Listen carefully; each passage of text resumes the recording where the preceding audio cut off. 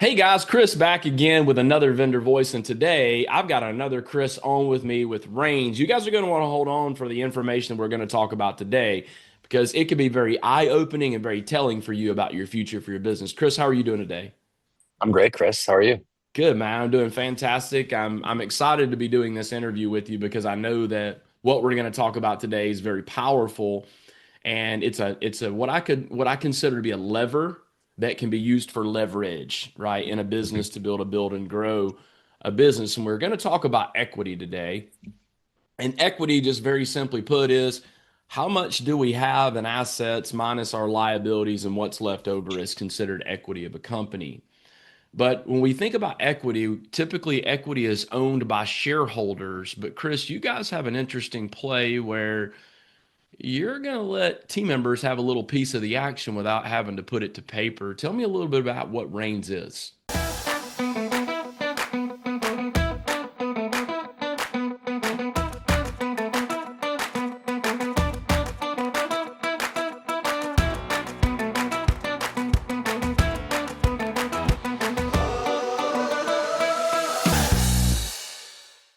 How you Yeah, guys? that's right. Yeah, I mean, generally, we help contractors simplify the process of giving their key employees skin in the game. So in our case, that is alternative equity incentives, and it really is just derived from a real need. So I come from a contractor family. My old man has a commercial construction business. And I watched him struggle to align his interests to the employees' interests with a sort of forward-looking goal of what's going to happen in the business in 3 to 5 years. How am I going to exit? How are we just going to grow? How are we going to make enough money to keep this thing afloat? And I had previously started and sold a software company where in this industry equity is a solved problem. Everyone gets a stock option package. Not saying that's necessarily a good thing, but it is very, very commonplace. And the inspiration behind REINS was it just bothered me that the backbone of America, the millions of independent businesses, don't have the same access to these tools as private equity, or, venture capital, or any other big corporations. Hmm. Wow. Okay. So you and I were chatting a little bit briefly about compensation, and this is to be kind of a little bit of a separate component from what we call total compensation. It becomes a total compensation package, but we were chatting, and oftentimes businesses do something at the end of the year for employees, team members, and they feel like that starts to suffice. I can say from my standpoint that bonuses, while are typically earned through merit, also become almost like just an expected part of the compensation. So, how is equity viewed a little bit differently than that when it comes to equity in a company? Yeah, for sure. So yeah, like you said, a lot of guys are doing bonuses. They do unfortunately become entitlements because they're not really based on performance. The idea is that if employees don't A, understand them, or B, know how to drive them, then they're not getting the intended behavior that you're looking for. And you should be looking for behavioral change when you give any type of incentive. The difference with any equity-based incentive is that it actually ebbs and flows with the value of the company. So it aligns the those key employees' interests with the business and the owner of the business. Unlike a bonus where it says, you get $500, period. Maybe $500 if you do X, Y, and Z, but that is flat. $500. What does that mean? I talk to a lot of contractors who bonus on top line revenue. That's a bad idea. You don't know if you made any money yet, right? And so with equity, it grows when the company grows. It doesn't if the company doesn't. And that's what's just so unique about any type of equity-based incentive. Mm. Well, when I think about equity, I think about hold on, Chris, back the truck up, right? Yeah, I'm yeah, not interested in giving away any of my company, yeah. but tell me a little bit about Phantom stock and kind of how that works. I think that might be very interesting for our members. Yeah. So at REINS, we specialize in a category of incentives called alternative equity. Phantom stock is one of those incentives. Um, It is a beautiful, beautiful incentive that really has a bad brand and has historically been a little bit inaccessible to the average independent business. The folks listening to this, maybe 25% of them have heard of it. 10% have maybe, wrapped their arms around it, So what it is effectively, it's a contract that promises an employee a bonus in the future. That bonus is linked to the underlying value of the company. And that bonus in the future only happens when certain conditions are met. So it's usually when the business sells and the employee is still around. And so when we talk about, oh, whoa, I don't want to give part of my company away. Yeah, I mean, that's the reason we focus on alternative equity solutions. And it's what we do exclusively because a lot of folks don't go into business to give away a vote or have a legal obligation to share information or financials. Be as liberal with that kind of thing as you want. But the idea is that you want to protect yourself as an owner while sharing upside to the employees that help shape the outcome of your business. Wow. So, um, you said there's many options when it comes to alternative equity. I've got friends of mine that have done different kinds of exits. One familiar, maybe familiar to our clients as well, but like an ESOP. So, how Hmm. does an Hmm. ESOP vary from alternative equity? Yeah. So an ESOP is very much traditional equity. An ESOP is governed under ERISA, which is the Retirement Act. So it's a retirement plan effectively. What an ESOP does really is it buys the company from the owner and then over time basically gives it back to the employees. Um, it's a really cool tax vehicle for some owners that want liquidity in that way. The challenge is it's extremely expensive, not only to set up, but to maintain. My legal advisor who helped build REINS with us, he spent his entire career in ESOPs, and he says it's almost never worth the complexity. Mm. And then the bottom line that I kind of hang my hat on is that's cool. Like if you're looking at it because it's the only way you can get liquidity out of a business, then I can buy that argument. But if you're doing it because you think it's actually going to change employee behavior, the data is out. It doesn't. And not any more than any other very, very simple structure could. Um, so that's kind of the difference. Gotcha. Because, one of the things when I think of is, partners. I've been partner in business, and I tell everybody having a partner is kind of like being married, but being in business together, right? Being being Right, exactly. being hitched together, and having, equal shares versus one has to have, a majority, and that can become very complicated. And so a lot of times contractors just stay away from this whole concept of sharing Yeah. of equity. Tell Yeah. me how Reigns kind of first, maybe before we jump into that, maybe tell me if I'm a contractor today, how would I know if I should be thinking in terms of this being a possible solution for my company? That's a really good question. I think a lot of people think that they're too early. And I think it's because that historically it's been very complicated, very expensive. Um, it's not a pitch for Reigns. It's just not that complicated and it's not that expensive if you find the right vehicle to implement it. Um, I think you know, look down at your org chart. Who on there would you be devastated if they left? Well, you can afford to give them, again, effectively a contract that promises them a bonus linked to the value of the company if you sell and forfeit if they leave. That's free to you as an owner, but it's a big deal to an employee. So do you have folks that you can't live without? Um, what are your growth goals for 2026? How do you align the team with the budget? I was at a blue collar budget planning meeting a few weeks ago. How are you going to align those goals that you just spent days working on with the team? What's in it for them and how do they care? How do they get visibility into what's important to the business? And then are you recruiting anyone key?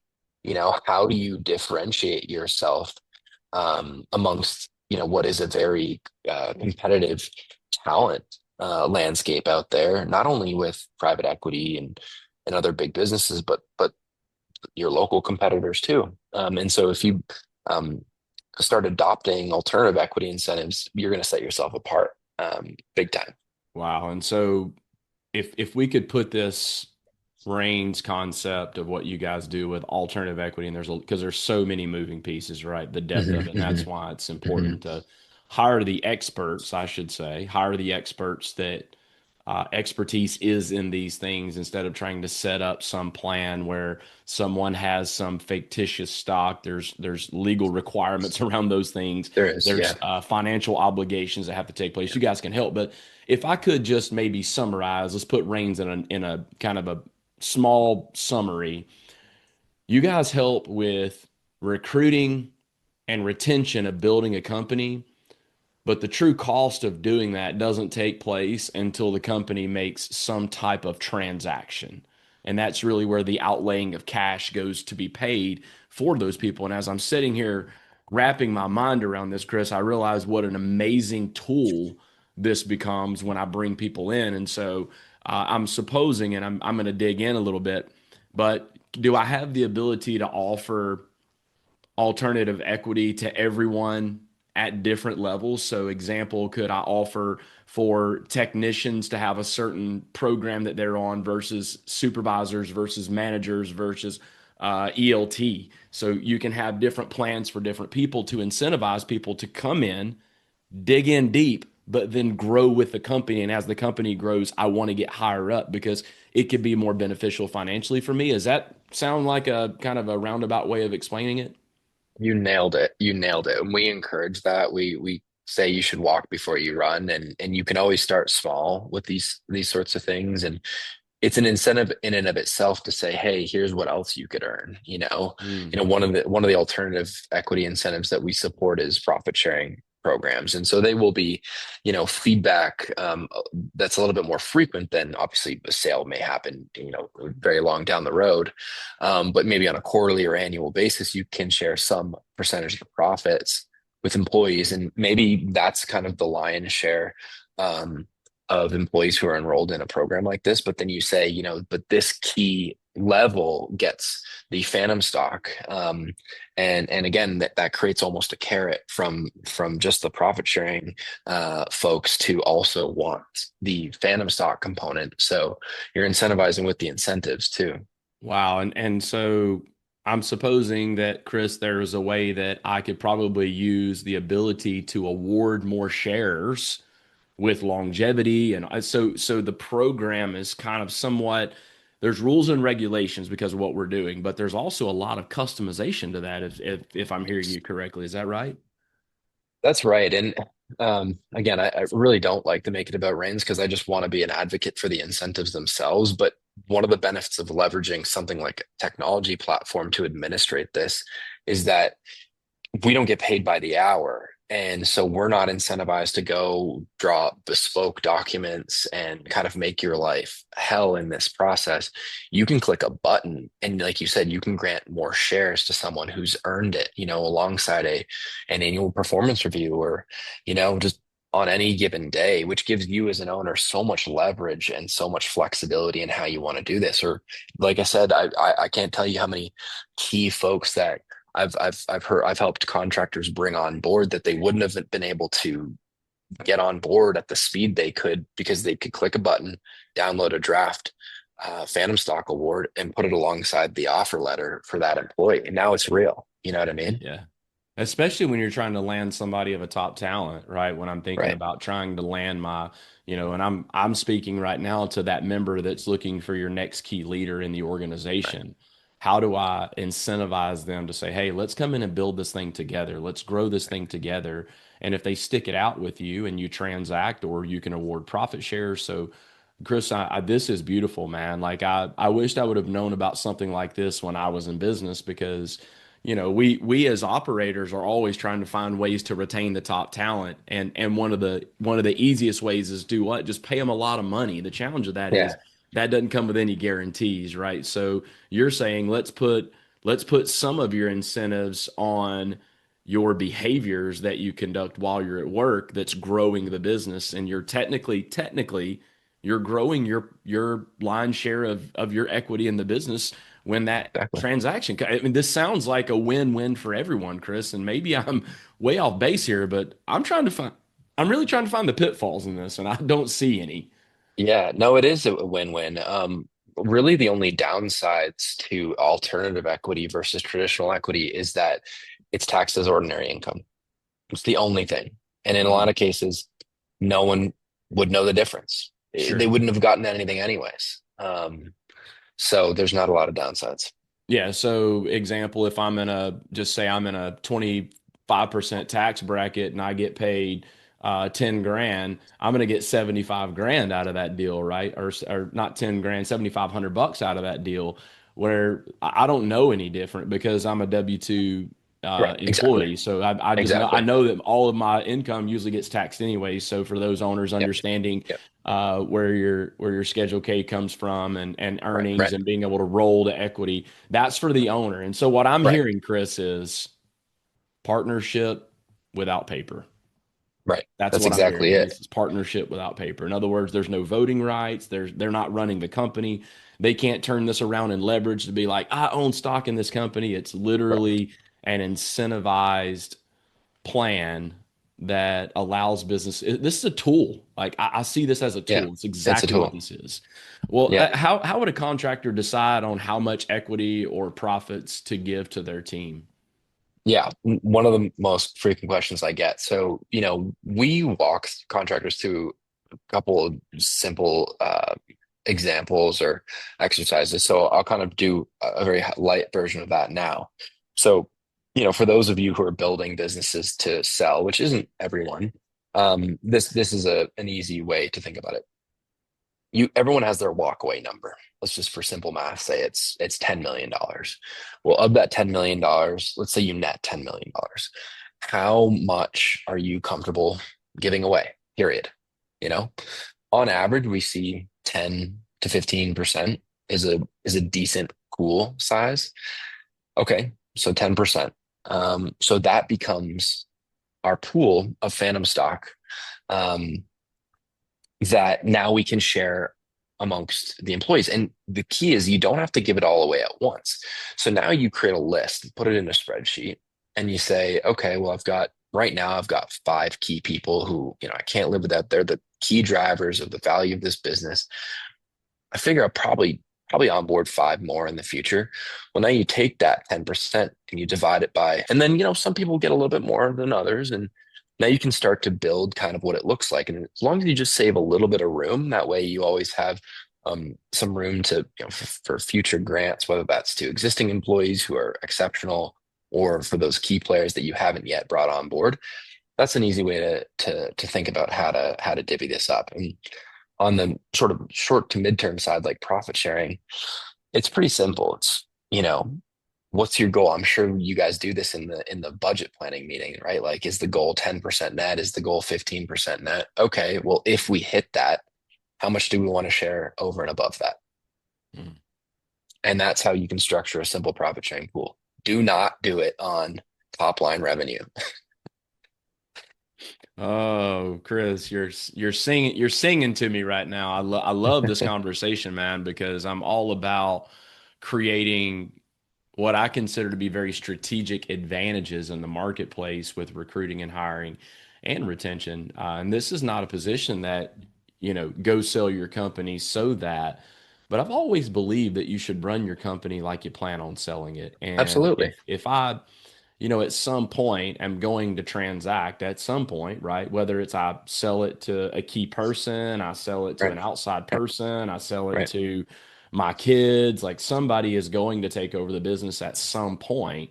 So there will be some level of transaction. So I love what you're saying. And this keeps me to wanting to stay here because I'll never forget, right? When I decided to hang it up and walk away in corporate America, that's exactly what I had to walk away from. I had to walk Hmm. away from my stock options that I had built Hmm. up, and Hmm. I had a very sizable amount of stock options that were mine, but I had to wait until, and so I had to start weighing out my odds. Now, fortunately for me, this was better for me to leave. But think about in many cases as an owner, where are they going to go get that? Exactly. Nobody Exactly. else is going to give them that. Now, I had a very unique Yeah. situation proposition that I was given, but rarely does this happen. And here's the thing, right, Chris? Well, how much will it be worth in 5 years? How much will it be worth in 10 years, right? So nobody knows. But what we know is if the company continues to grow in value, my stocks become more valuable. So it behooves me to go do what needs to take place to make this business better. Man, I love this. So, what do you think are some of the biggest mistakes that companies make with incentives? Incentives across the board is overcomplication. Mm, For everyone's doing performance pay bonuses, right? How many little conditions need to be true and this revenue and that like then employees don't understand it. And it's just simple. It's not easy, but it's simple, right? If employees don't understand it, they don't know how to move the needle, then it's not going to elicit the behavioral change that you're looking for. So whether mm. that's phantom stock, profit sharing, bonuses, just compensation in general, do not overcomplicate it. Wow. I said this before, and I'm going to put two of them together. Number one, it's not that running a service business is hard; it's just complicated. Right. The service business is complicated, and that's why we connect it with, well, then it's hard. But if we simplify the complicated things, then what we've done is we've actually made the business easy. Yeah. And when I look at compensation, I've always said that the best way you can find out if your compensation plan's right is bring the spouse in and ask them to explain it to you. Yeah. And if Yeah. the spouse can't Yeah. explain it, it's Yeah. no good, right? Because now the Exactly. spouse doesn't know how to support the team member in, hey, I need you to run the extra call, or hey, you're only $1,000 away because of, and I've seen them all that like, hey, you're going to get this much if this, and this happens. And you're like, God, the stars got to align for that to happen. So it becomes Right. very complicated. But I love what you're saying. Simplify the incentive. Just Yep. simply simplify the incentive. Man, what a whew. I mean, here we are in a short amount of time. We've talked about equity, we've talked about incentives. Chris, maybe tell me, what do you feel like is the most valuable thing that somebody watching this video could take away? What would be the most valuable thing that you could explain to them? I think it's to leverage long-term incentives. Again, with or without REINS, Phantom Stock is this beautiful, kind of not well known, very poorly branded incentive that simply states it's a contract between employer and employee that gives them a bonus in the future if an event happens. If you think about that, like and sometimes I have to say it a few times, if you think about it, it's free to you. It's free to you to give, but it's a big deal for the employee. And so a lot of people are kind of sleeping on these. They go to the bonuses and the performance pay and stuff like that, which is fine, but they go there because in their mind they've heard of about it before, right? A lot, and so it's simpler. It's like the path of least resistance in their mind. But equally as simple can be the phantom stock, but far more impactful in my opinion. Wow. Okay. Well, tell me a little bit about how Reigns can take the pain out of all of what you're talking about. Yeah, so the way REINS works, I like to say we're two parts technology company, one part service provider. So a contractor will come to us and we basically will um, learn all about their business, what the goals are, whether it's to exit, whether it's to build, a legacy company. So we'll learn about the key employees, and then we will basically design and propose several different incentive plans for them, whether it's anything from phantom stock to profit sharing, what have you. All of that gets created and administered through our software. So everything gets tracked, signed, stored electronically. You talked about compliance and regulations. Everything fits within those guardrails. So you can rest assured that all of that's taken care of. But the really cool thing beyond, making it simple, like one-stop shop, we help value the business. So we have a third-party partner that will value the business, of course, values the equity. But the really cool thing is employees get an app on their phone and they can look down and they can see the value of their equity in real time because we're going to update that valuation. And they can see what are the things that I can do that are going to not only drive the value of that equity, but potentially put a bonus in my pocket, a share of the profits. And with that, the value is visibility. The value is alignment between the company's interests and the employees. Wow. Wow. Holy smokes. Okay. So for those that are saying, wow, tell me more, Chris, does your team take calls on a regular basis just for people to explore what it looks like without any kind of obligations? Absolutely, we do. Yep. So just head over to myreins.com, MYREINS.com. Good friends of Blue Collar. So we've got a nice little program with your uh, buyer group, and we just want to help. Honestly, my as you could imagine, Chris, like my issue is education. So we want to just kind of sing the merits of these things from the mountaintops, and if it means having calls with hundreds of contractors, just educating them on what these things are and whether or not it's a fit for them today or it's a fit for them tomorrow. We figure it'll come back to us eventually, and we want to do that work. So yeah, please reach out. We'd be happy to chat.